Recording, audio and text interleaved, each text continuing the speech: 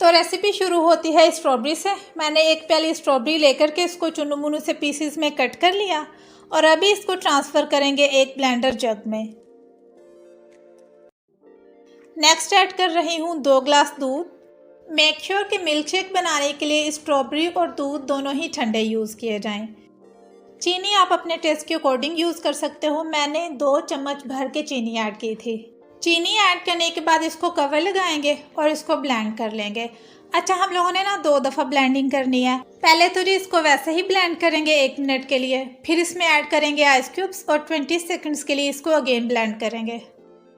मैंने 1 tablespoon chia seeds लेकर के इनको 20 मिनट के लिए पानी में भिगो के रख दिया था।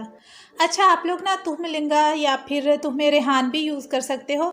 मेन मकसद ड्रिंक के असर को ठंडा करना है, तो जो भी चीज़ आपके पास मौजूद हो आप लोग वो यूज़ कर लीजिएगा। अच्छा जी, ब्लेंडिंग के बाद एक ग्लास लेंगे, उसमें ऐड करेंगे खूब सारे आइस क्यूब्स। फिर इसमें ऐड करेंगे तुहमे लिंगा या फिर तुहमे रेहान या फिर चिया सीड्स। मैंने 3 टेबलस्पून ऐड किया था, तो आप लोगों को ज़्यादा पसंद है ज़्यादा ऐड कर लीजिएगा, कम पसंद हो तो कम ऐड कर लीजिएगा। अभी बारी आती है इसमें यम्मी सा मिल्क शेक ऐड करने की। इसके ऊपर स्प्रेड करेंगे थोड़े से चिया सीड्स और हल्के हल्के से स्ट्रॉबेरी के चंक्स। That's it.